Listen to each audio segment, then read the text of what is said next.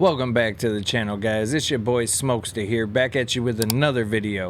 And today we have round 6 of the Triple Crown series by Q and Feula. This is entitled Wild Rose. So we're going to kick that intro real quick and then we're going to get into it, man.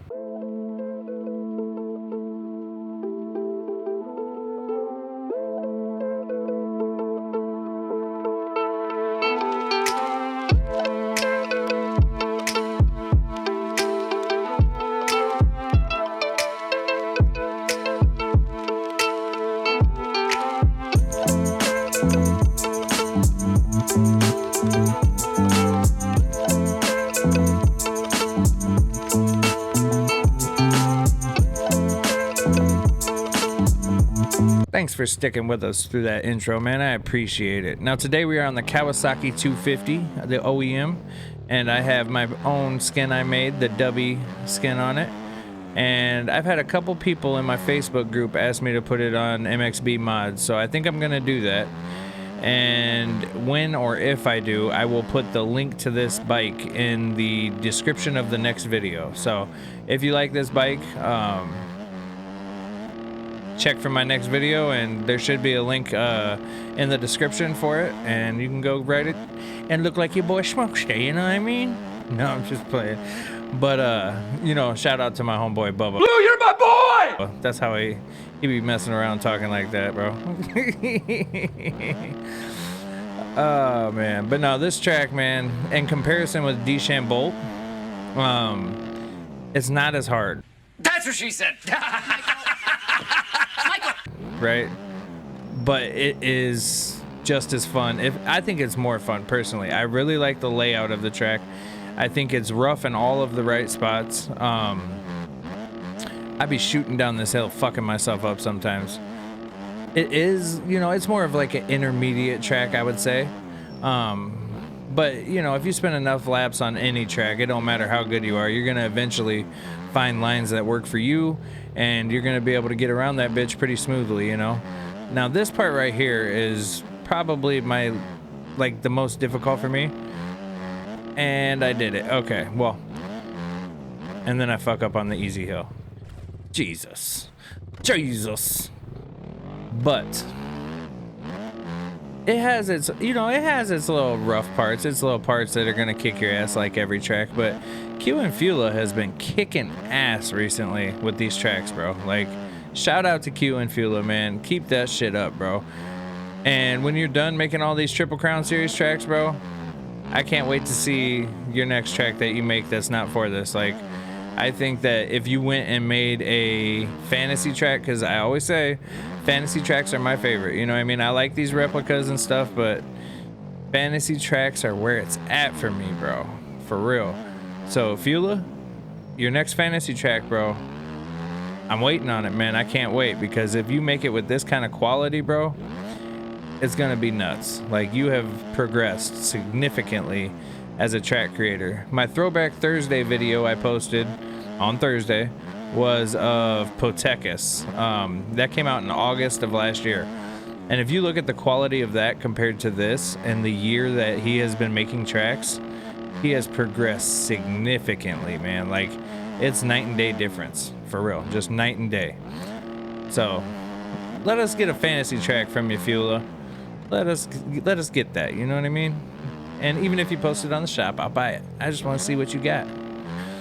But you guys are gonna have to let me know down in the comments, man, what you guys think of this track, because overall, man, I've been looking for it in the fucking servers and nobody's racing it, and I'm like, what in the hell? Like, this shit is so dope, man. Like, for real. I really wish there was some people racing this shit, because I've just been riding around by myself solo, because it ain't been in servers, and I love it, man, for real. So now I think that as far as the Triple Crown series goes, I like the way the tracks are made and just like how they ride so much better than the previous seasons. What was that called? The Today, Junior! You know, like the AMA tracks. God damn it. They were made by TFC. The ARL, there we go, the ARL. Man, I'm fucking digging these in comparison to that, you know. Now, if Feula made those tracks, I think they'd have been fire too. But I think, if I'm not mistaken, Stone Rider is making this next season, which is going to be insane. Because his little Supercross track that I rode, that was out in the forest, I forget the name of it, but that shit was dope, man. So I'm excited for what we got in store coming up. And then I was watching the, what is it? The vlog that Lynn's posted about the LAN tournament he was at. And he said we got some big surprises coming up in 2024, man. It's going to be a big year for MX bikes.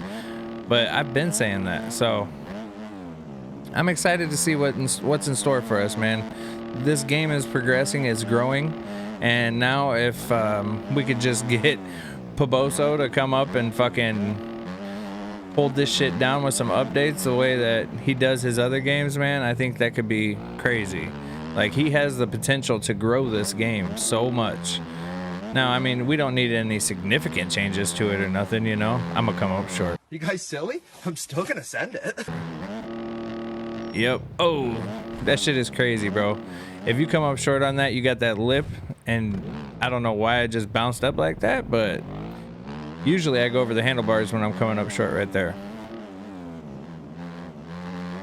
But yeah, we're gonna have a big year in 2024, man. And then after Lynn said that, after he talked to all the people that he talked to at the LAN tournament and just everything that's going on, man, it's gonna be a fun year for the game, and I'm looking forward to it. I really am. So hopefully, you know, I'm hoping by the end of next year I'm actually being able to be competitive in some of these other races with some of these faster guys, man, because I'm working on my speed, and I'm working on, you know, oh my god, I'm working on getting better at the game, but I am not quite there yet. So this game is hard still for me, but I also don't get to put as much time into it as I would prefer, you know what I mean? So, but yeah, man, Wild Rose, go pick it up. It's in MX Bike Shop right now, and I believe there's a bundle for the Triple Crown series, so where if you buy the bundle, you essentially save enough money to where you get 3 of the tracks for free. But if you purchase them on their own, then they are $2 a piece, I believe. I think that's what it was.